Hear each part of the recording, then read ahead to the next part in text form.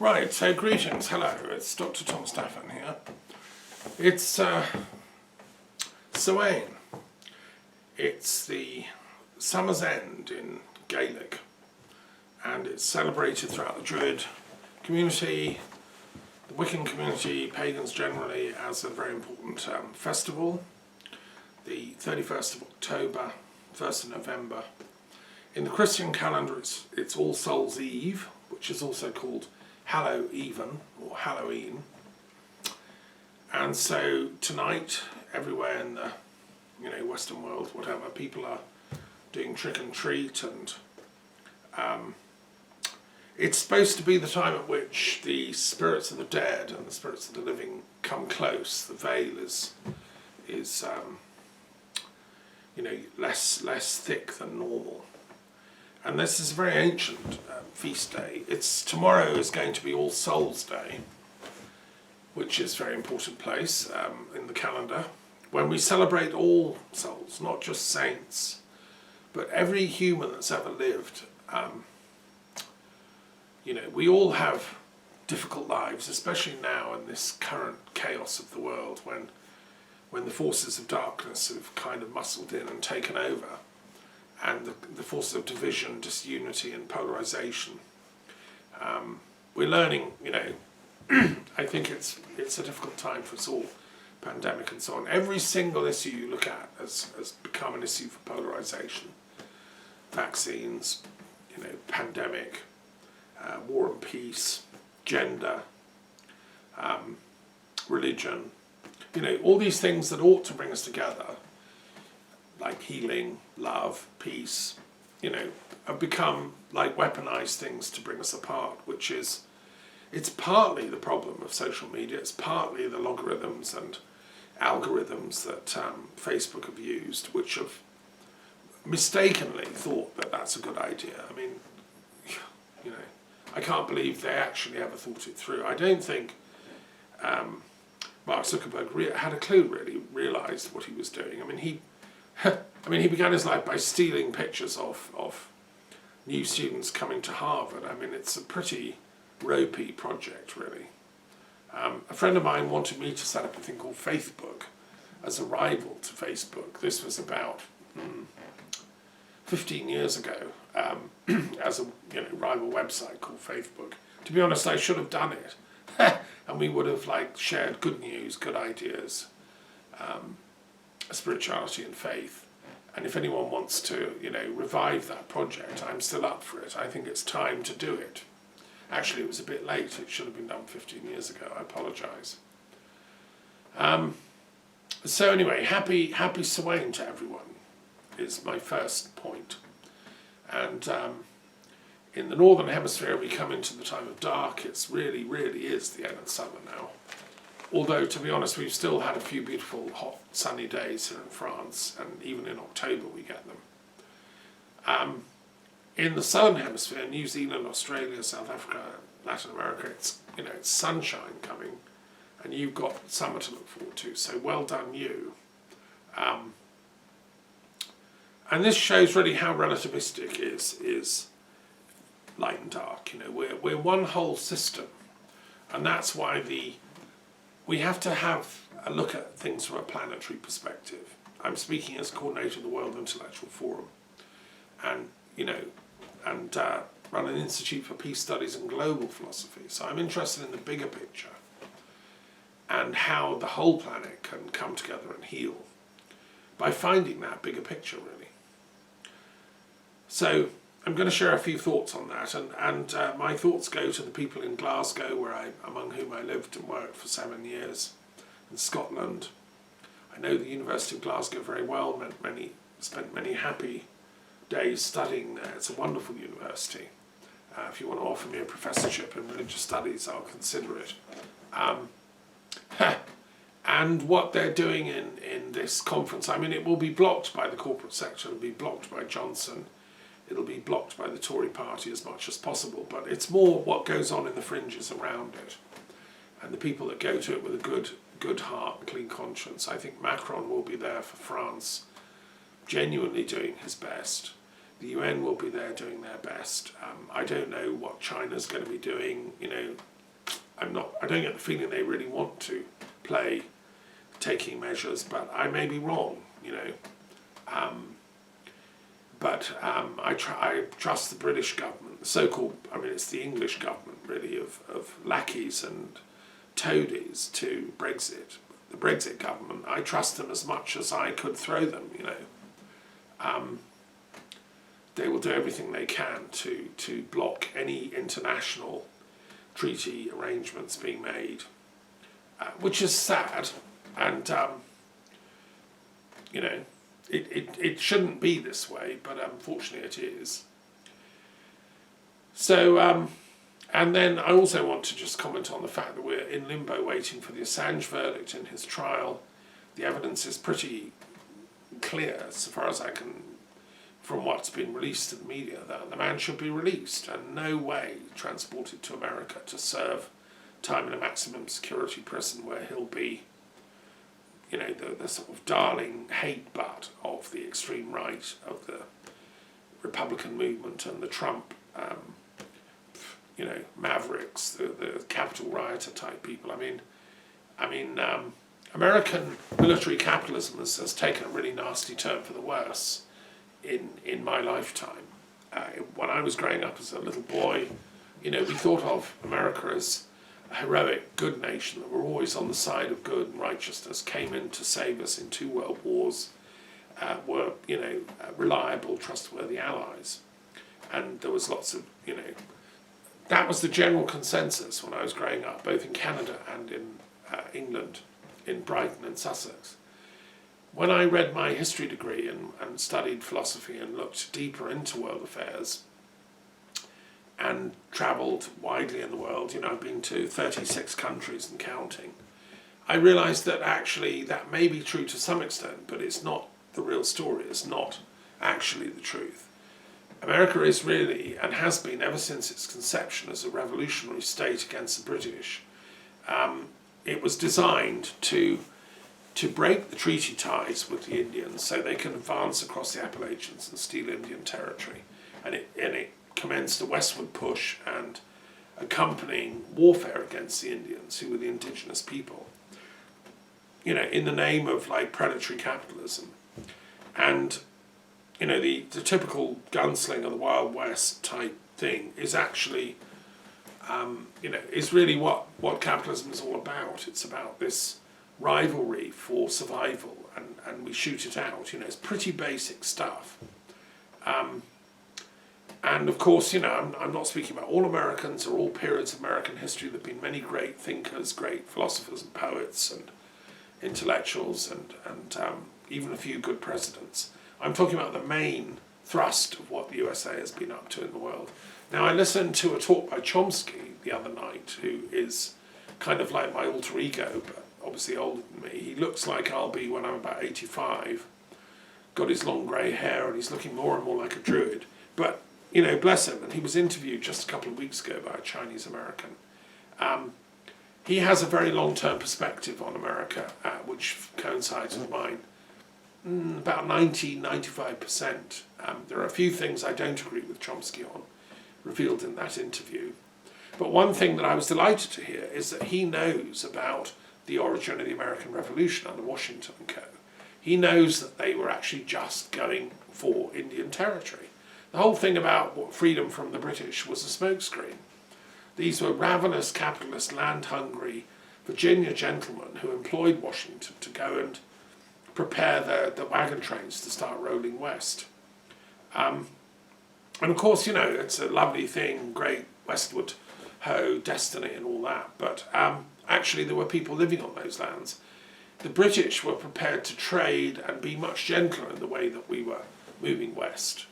And that's why the British had to go. So, you know, and then there's the fact that the British actually were much better appreciated by the blacks in the American Revolution.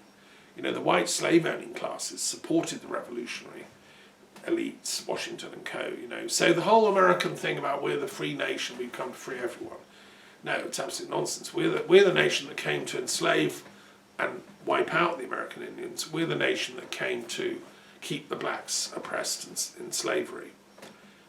You know, the British, although they've done many things wrong in the world in history, and I don't at all seek to mitigate their negative contributions to history. And on that occasion, I think, you know, if I'd have been around, I would have tried to mediate and say, look, you know, let's not have a stupid war over this. Let's work out a proper solution and so on. That's always my Hegelian mediator type of approach to things.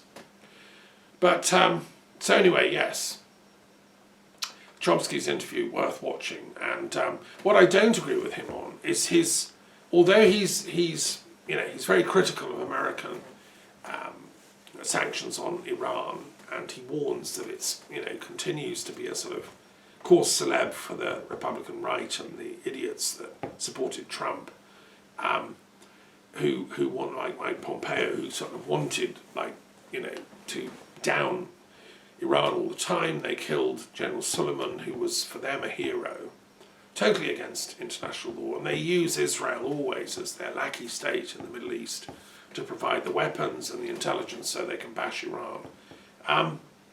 And Chomsky, like me, is totally appalled by this. Where he and I differ is, I don't think Chomsky knows anything about Islamic theology or philosophy. I get no sense that he's ever studied it, read the Quran, has any knowledge of Shiism and Sunnism and their differences, or Ismailis. He doesn't seem to have ever heard of, you know, the great Ibn Arabi or the great intellectuals of Mullah Sadra, the Iranian intelligentsia, like Surawadi, the people that linked Zoroastrianism to Islam and created a very highly sophisticated tradition of philosophy called the philosophy of Ishraq, illumination, enlightenment. Now that's mainstream in Iran, you see, so when he attacks Iranians generally and says they're all like primitive people, I sense an arrogance in Chomsky that I don't like. I mean, yes, he's a clever guy, he's a brilliant intellectual and all that, but he's limited in what he's encompassed, and forgive me if I'm wrong, Noam, but you don't seem to have ever studied Islam. I advise you to go off and study my commentary on the Quran, meant for Western intellectuals as well as Muslims, and you'll learn that, no, actually, sorry, I've totally got this wrong. Iran is an incredibly sophisticated culture, and it has this Shia, Sufi, Ismaili intellectual tradition going right back to Muhammad and the days, and long before Muhammad, going back to the Zoroastrian roots. You know, Zoroaster was a prophet in his own right. We just celebrated the International Day of Cyrus the Great, the founder of the Persian Empire. And I had an interesting synchronicity on that day because I was doing the card of my Tarot of the Gods on Ahura Mazda, you know, the god of the Zoroastrians and the god of Zoroaster, who is the, you know, the god behind all the other gods in their view. And Cyrus the Great, who was inspired by Ahura Mazda, let the Jewish people go back to Jerusalem and build their little temple. And he was magnanimous and compassionate to all religions. You could be any religion, you know, Buddhist or whatever. And it was just the beginning of you know, that era that those religions are starting up. But Cyrus was a very great, wise king, I think. And he was respected by Alexander the Great, who, when he went on pilgrimage, after having defeated the Persian Empire, he destroyed it in several battles. But he wanted to pay his respects to the tomb of Cyrus the Great, who was a kind of mythical hero founder of the Persian Empire. And who'd never actually attacked mainland Greece. He had attacked the Ionian colonies. He'd conquered Miletus and Ephesus, which they weren't very happy about. But he was a just ruler. And the Greeks on the whole respected Cyrus. He was talked about a lot in Herodotus, who I first encountered him in. Anyway, I discovered that, the tomb that Alexander visited is still there. You can go to it. It's in the Persian mountains. Cyrus the Great tomb. It's like a sort of little pyramid thing. And on the very day I was researching this, 29th of October, was the day of Cyrus the Great. And people go there for picnics and celebrations. So that was a cool synchronicity. What are synchronicities? They seem to me to be like correlations in time and space between mind, time and space. You know, as my friends at the Galileo Commission point out, time and space doesn't make sense unless you factor in mind or consciousness. If you have the trinity of mind, time and space, how they interweave and correlate, well, synchronicity's got something to do with that. It's like a clue that, hey, you know, we angels are watching kind of stuff. And it's always fun when you get, that was a strong synchronicity, to be honest. So anyway, so that's all what I want to say about that. So Chomsky, yes, I love him, he's great, but he is limited, unfortunately. And that's why I personally took so many years to study Islam, teach in Islamic colleges and work with Muslim students, because, you know, you can't create a world of peace and liberty and love without involving the mainstream religions. We have to bring Islam, Hinduism, Buddhism, Christianity, Judaism with us into the promised land of what Chomsky and I want, which is peace, egalitarianism, you know, truth, justice and so on. I mean, he's going the secular route, it seems to me, which is the Marxist route, which is no, all that religion, chuck it out, let's go the secular route. I don't think it's going to happen, you know, because people are spiritual beings at the end of the day, and they know that. And if you cut away at their religious beliefs, they really get annoyed. It's like you know, look what happened with the Soviet invasion of Afghanistan. I mean, that should have been fine. Yeah, we all want a Soviet republic in Afghanistan. It's great. We'll all have liberty and brotherhood. But no, they take to the mountains because they want their Islam even more than they want secular progress. And you're always going to get that. So the only way to deal with this, in my view, is to work with the theologians and religious leaders to modernise the texts. Now, Muhammad Iqbal did that in Pakistan. He did a PhD thesis on that, and he wrote lots of poetry. He's regarded as the intellectual founder of Pakistan. And he interestingly said he thought Karl Marx was a reincarnation of Mazdak, who was a prophet of Ahura Mazda after Zoroaster, who was a sort of early socialist or communist who felt that because there's one God, Ahura Mazda, we should all be brothers and sisters and live in comradeship and equality. And, you know, I think he's right, actually. And it's interesting that Muhammad Iqbal people saw that within Marx's character. Whether he actually thought Marx was the literal reincarnation of Mazdak, I'm not sure. But apparently there's a whole chapter in his thesis about this. So look, I want to, so wishing, you know, happy Samhain and all that. I want to talk a little bit about the card I've been doing today, which is the Dagda. And the Dagda is the king of the gods in the Irish Druid mythology. And he has a cauldron with infinite food to satisfy all the hunger. He has a club, which is also a magical staff, which can either take life for those that are miscreants and wicked, or it can restore to life those that are needing to come back to life. I mean, he was also a druid and a sage who used intelligence. His consort, the Morrigan, was a pretty fearsome battle warrior woman. But they made a good team, and they won the Battle of Moytura together against the Fomorians, who were like ruling Ireland until the Tuatha De Danann turned up, who were Dagda's backup. You know, Luch, the great god of light, and others who were in the battle. And it was because of the Morrigan and Dagda together leading the strategy, because Morrigan provided a battle plan, and Dagda, like, you know, helped carry it out. And Lu was his general on the field, so to speak, the great warrior, who I think is the ancestor of Lancelot in the Arthurian legends. I think a lot of these ancient Irish myths turn up in the Lancelot and Arthurian saga, just dressed up. Anyway, so happy Dagda Day. And, you know, I'm disappointed with what's happening in Ireland over the Brexit nonsense and the lack of clear leadership. I mean, anyone that's against Brexit on either side of the border, and that's, I think, the vast majority of Irish men and women, should be saying loud and clear, as should all of us in the United Kingdom that are saying the same. Brexit was an utter disaster because it completely ignores so far it's completely ignored the actual text of the Good Friday Agreement, which promises a referendum if the status of the relationship between the North and South should ever change significantly. And it has, because the North has come out of the European Union. This has created the whole problem of the border.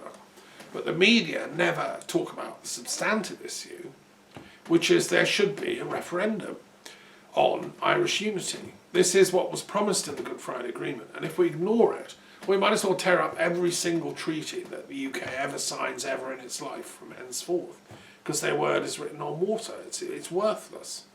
The Irish signed it in good faith. As a result of it, the IRA downed their weapons. The Protestant loyalists did the same, and everyone was happy. Brexit completely tears all that up. And therefore what has to happen, I'm afraid, and I'm announcing this as chair of the Truth and Reconciliation Commission for Britain and Ireland, truth is the gold standard here. The truth is there should be a referendum on Irish unity. It should be put to the people of Northern Ireland. Do you want to join the Republic and form one united Irish state? Or do you wish to remain part of the United Kingdom? It's a clear choice. I suppose there's a third choice, which is to become independent, but I don't see that would really be on the ballot paper. I think the choice is you either join the Republic and become one country, and obviously the details would all have to be negotiated. I mean, and it would be, a challenge to statesmen and women to work that out, but that's not beyond the capacity of human intelligence. I mean, it would be an amazing story, and would give a bit of a happy ending to the whole Brexit nonsense we've lived through for the last 5 years of Tory misrule and deep demonic, actually, lying going on in Westminster. The people like Rees-Mogg and all that cabal, foul, disgraceful people who would suddenly realise what they've done. So the sooner that referendum is held, now of course they will do everything they can to prevent it happening. They will renege on the Good Friday Agreement. They will tear it up. They'd rather send tanks onto the troops of Belfast again than honour its terms. Well, thank you very much. We know where they're coming from, but we, the British people and the Irish people and the Europeans together, have to know that's not going to happen. And Biden and America have to be our Lou turning up on the battlefield to say no. The Irish people were promised a referendum. Should the situation change? It's changed. Where's the referendum? So what should happen is the Republic of Ireland in the south should prepare legislation for this. The British government, kicking and screaming, should prepare legislation. And if the Tories won't, then the opposition should come together and do it. And the political parties in Northern Ireland that are sensible, everything from, that isn't part of the loony Ulster Unity, let's fight them on the beaches crew. Any moderate, decent, intelligent politician in the north should be part of a team preparing legislation for a referendum on Irish unity, and it should happen by Christmas, in my opinion. We've waited long enough. I mean, I'm watching this as chair of the TRC for Britain and Ireland, and I'm just seeing you see the British government, the Tory party, don't care about this. They would delay for another 5 years, another 10 years, another 20, and just hope that people die off. They'll hope that Gerry Adams and all that generation will all just die off. And they can then buy with their fake media capitalism a sort of image of happy United Kingdom, happy Brexit, happy in Northern Ireland, They're hoping that people don't have memories and actually can't think. And what they're doing to education, by the way, is exactly intended to create that state of the people that no longer know how to think. British people are being dumbed down to such a shocking level. Irish history isn't taught as part of the curriculum. You can't do a GCSE in Gaelic. You can't study the oldest Bronze Age poetry that's come down from the British Isles. You can't learn about Druidry and the ancient traditions of Ireland that were there when the English were still in Flensburg, on Angeld. No, it's deliberate. It's a dumbing down of, in the hope that the few people that actually go to decent schools like Eton can actually continue to game the system. Well, no, sorry, you can't. We've seen through that. Your time is up, Mr. Johnson. Go back to the Cayman Islands where you and your cronies belong. So let's have a referendum, please, in Ireland. And today is the day of Dagda, who was the king of the gods. And him and Morrigan are really annoyed about this, actually. I'm speaking as a druid now, really annoyed at the sheer ignorance of the Tory party and their betrayal, actually, of the peace process. John Major actually helped bring that into being. It was decent, genuine conservatives in the best sense of the word who made that peace deal possible. And these stupid people that don't deserve the name Conservative because they're destructivists, they're the destructivist party, have now torn it up and spat in the face of all the people of Ireland and all the people of England, Wales and Scotland. Okay, Dagda and Morrigan not happy at all on Samhain, and it's their feast day. So just be warned, Mr. Tory party, that your time is up. You can game the system for so long, but you can't game it forever. It will tumble on your heads. Okay, just to move to and the people of Scotland know this too. The rumbling for independence is now reaching a loud noise. Anyone with a brain in Scotland, and that's like, I think, pretty much everyone that doesn't vote Tory. And some of the people that vote Tory are intelligent, but they don't have a moral sense, I'm afraid. So all the people of Scotland have realised that really it's time to call an end to this Westminster nonsense. I used to believe in the Westminster system. I've organised 30 meetings in the House of Lords. I knew lots of different politicians. I've been active in UK politics, on the fringes, just as an intellectual, organising meetings and stuff. But the demonic manipulation of public opinion through the media and through gaming the system by this Tory party shows me that the Westminster model at the moment is not reformable. The only way is to break that system with Scottish independence and Irish unification. And then it will be possible to rebuild a democratic progressive politics in England and Wales. I, as a member of the Liberal Democrats, I believe that the Liberal Democrats should actually embrace that prospect. And I made this plain in my contributions to the Alliance of Liberal Democrats in Europe, which I attended our annual conference recently. And I made the point that we should be embracing actually the prospect of a second referendum in Scotland and a referendum on Irish unity. The Liberal Party is the progressive party of British politics. That's why it's campaigned 100% for the European Union to stay inside it, because it knows that's in the interests of all the people of Britain. And it should have the teeth and the courage to stand up to these unbelievably mendacious and deceitful Conservatives. Gladstone was the great enemy of the Conservative Party. And I organised a conference at his place at St Daniel's Library. He was a statesman of world stature who realised that you have to combine ethics and policy. The Tories have no clue. They don't even know what the word ethics means. It's something, if there's no money in it, they're not interested.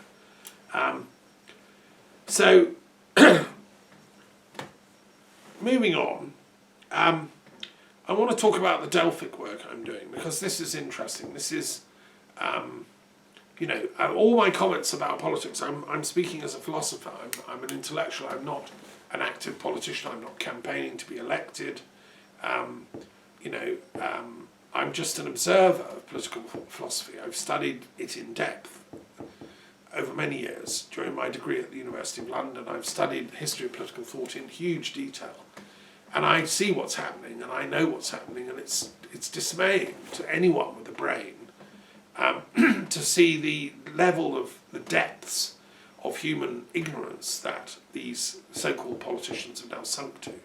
I proposed back in 2014, maybe 2015, that all politicians should swear an oath of veracity to tell the truth on the floor of the House, both Commons and Lords. I still think that is an important bill. and I've asked my Liberal Democrat colleagues to back that as a policy. I will fight that through the mechanisms of the Liberal Democrat Party, even though Mark Pack, the president, thought, no, I don't want to do that, because, like, how do you define truth? Different people have different views of truth. Sometimes you shouldn't answer, like when John Major started talks with the IRA, he was asked in the Commons, are you talking to the IRA? And he said, no. So he lied. But Mark Pack's argument is that, well, that was good because that he didn't get, caught out, but he was able to carry on doing the talks, which led to eventually the Good Friday Agreement. Well, I would say the answer is very simple. You don't have to, you just say no comment. But you shouldn't ever lie on the floor of the House. You have the right to say no comment, but so what the law properly is would be a no lying bill. You're not allowed to lie in Parliament. I mean, you can say no comment. Of course, if you stand up and say no comment to everything, they'll probably get bored with you and sack you anyway, because, if every time you ask Johnson a question, he says no comment. I mean, the guy's unfit to be a Prime Minister. He's a mini-minister, the least worst mini-minister that's ever been. I mean, Walpole, who founded the office, was a man of honour and integrity, and he told the truth, and he told it straight. He had a liberal Whig outlook. He was an internationalist, and he was, the first inhabitant of Downing Street to actually be the first Prime Minister. He'd be appalled at the quality of this man Johnson, not fit to clean his shoes. Okay. Putting politics aside, and I'm only speaking as a philosopher here, I would say that the Delphic work is interesting, and I have above me here, if you can see it in the camera shot, the flag of the Delphic Games. I'm the educational coordinator for the Delphic Games, and my job as a teacher and educator and scholar is to promote awareness about the Delphic Games, which ran for over 1,000 years in ancient Greece. Delphi is a place to die for. If you've not been there, put it on your list. I've been, I did my prayers there, I had some amazing adventures. And it's the oracle place of the ancient world. The ancients believed it's possible for the gods, the divine consciousnesses that created us, to communicate to us humans still. But you have to be trained to receive the downloads. You can't just set up as I'm an oracle, and because you don't know, you might get fuzzy interference, you might get weird stuff coming through, and you'll be locked up for hearing voices. I don't propose that people try it.